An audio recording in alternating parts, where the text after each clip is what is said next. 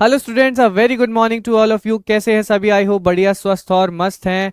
और स्टडी को अपनी जो है आप अच्छे तरीके से कर रहे होंगे क्योंकि बोर्ड एग्जाम आ चुके हैं, डेट अनाउंस हो चुकी हैं। और मैंने लास्ट टाइम भी बताया था कि अब सारी चीज़ें कवर करना थोड़ा मुश्किल है, लेकिन इंपॉर्टेंट चीज़ों को कवर करना बड़ा ज़रूरी है। ठीक है, तो आज यानी कि जो सीरीज का अनाउंसमेंट आपको मिला है, उस सीरीज की आज पहली वीडियो है। सक्सेस सीरीज की पहली वीडियो, पहला स्ट्रैटेजी किससे रिलेटेड? ग्रामर से रिलेटेड।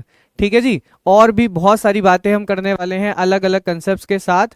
तो आपके सजेशंस बहुत वैल्यूएबल हैं। अगर अच्छा लगे तो सजेशन दीजिएगा अपने कि आप कौन सी अगली स्ट्रैटेजी है जो इससे सीखना चाहते हैं। फिलहाल आज की वीडियो में आज हम बात करेंगे ग्रामर से रिलेटेड स्ट्रैटेजी की। ठीक है, क्योंकि ग्रामर इंग्लिश के एग्जाम का वो पार्ट है जो आपको फुल मार्क्स अचीव कराने की श्योरिटी देता है।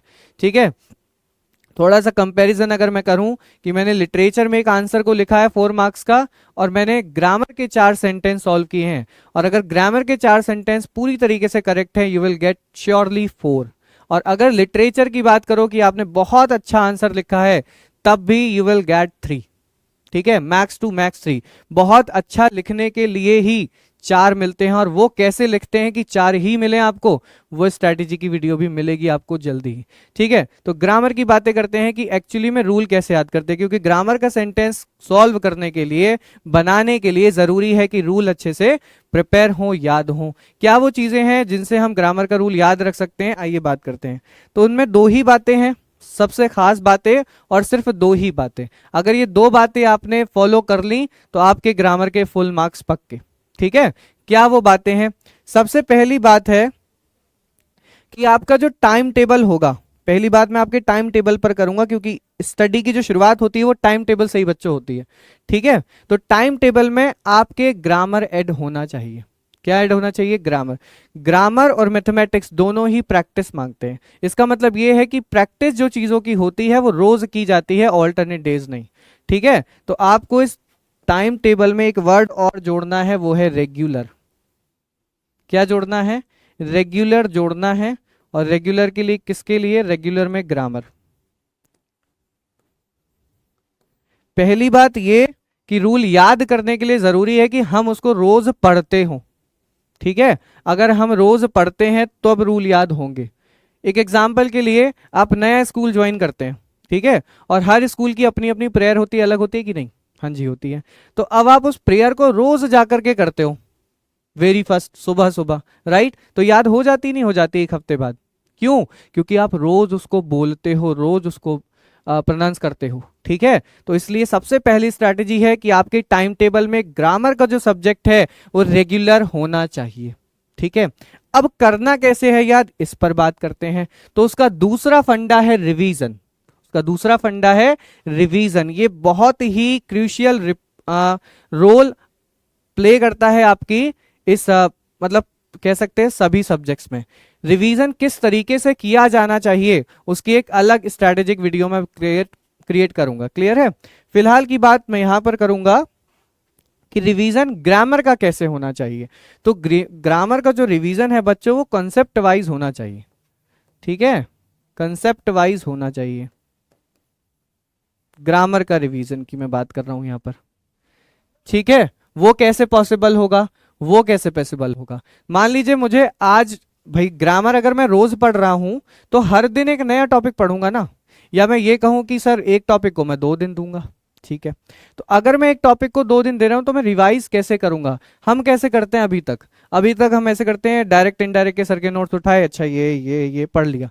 पढ़ने से नहीं होते रूल याद। पढ़ने से नहीं होते रूल याद। कैसे होते हैं? कंसेप्ट वाइज मैंने कहा। तो आपने अगर डायरेक्ट इनडायरेक्ट को आपको बहुत टफ लगता है तो आप उसको सेक्शन में डिवाइड कर लो। सेक्शन डिवाइड कर लिया कि आज मैं टेंस के बारे में सीखूंगा, कल मैं प्रोनाउन के बारे में सीखूंगा, ठीक है, उसके बाद मैं कंजक्शंस के बारे में सीखूंगा। तो आज मैंने टेंस के बारे में सीखने का निश्चय किया है मेरे टाइम टेबल के अकॉर्डिंग। अगर मैं रोज पढ़ रहा हूं तो मैं इन चीजों को इस तरीके से कर सकता हूं। अब मैं उठा ही उसको हफ्ते में एक बार रहा हूं तो फिर मैं नहीं कर सकता। इसीलिए मैंने कहा सबसे पहले अपने टाइम टेबल में रेगुलर वर्ड को जोड़िए ग्रामर के लिए भी, राइट? तो अब कंसेप्ट वाइज में मैंने कहा एग्जाम्पल के लिए कि भैया मैं टेंस रिवाइज करूंगा सर, टेंस के रूल याद नहीं रहते। अब इसको कैसे? अब इसको भी याद करना नहीं। टेंस का रूल आपने पढ़ लिया, ठीक है, पढ़ लिया, एक बार पढ़ लिया। अब टेंस से रिलेटेड एक्सरसाइज को किया। मैंने ये नहीं कहा कि 10 सेंटेंस कर लिए एक बार में, 5 कर लो। कितने कर लो? 5 कर लो, लेकिन वो 5 कैसे होने चाहिए? आपके अलग अलग रूल के होने चाहिए। एक सेंटेंस से एक रूल अच्छे से रिवाइज हो जाएगा। भाई बनाने के लिए रूल याद होना चाहिए ना, तो एक बार पढ़ लो और उसके बाद बना लो। नहीं याद रहता तो और बनाओ, नहीं याद रहता तो और बनाओ। ठीक है, एक दिन आप ऐसे देखोगे कि टेंस का जैसे ही क्वेश्चन सामने आता है, टेंस का जैसे ही कंसेप्ट आता है, आप अच्छे से बना दोगे। ठीक है, तो यानी बेसिक बात ये निकल कर सामने आई कि हाँ, हमको कंसेप्ट वाइज रिवीजन करना है, और वो रिवीजन सेंटेंस को बनाकर होगा, एक्सरसाइजेस को करके होगा। इस तरीके से आप लिटरेचर के वे में जो आप ग्रामर पढ़ रहे हो ना, उस वाले अपना जो बिहेव है ना, उसको छोड़ दो, वरना बहुत पछताना पड़ेगा नंबरों के लिए। समझ गए मेरी बात? तो आज से क्या फॉलो करना है?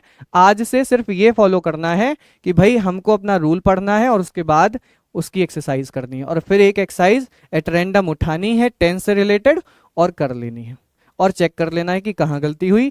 जहां गलती हुई वो ये शो कर देगा कि भाई इस वाला ये जो रूल है वो आपको अभी अच्छे से प्रिपेयर नहीं, एक बार फिर से पढ़ लो और चीजें हो जाएंगी solve.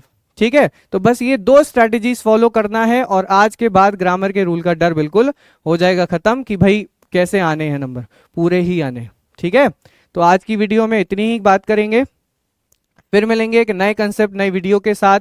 Till then keep learning, goodbye, bye bye.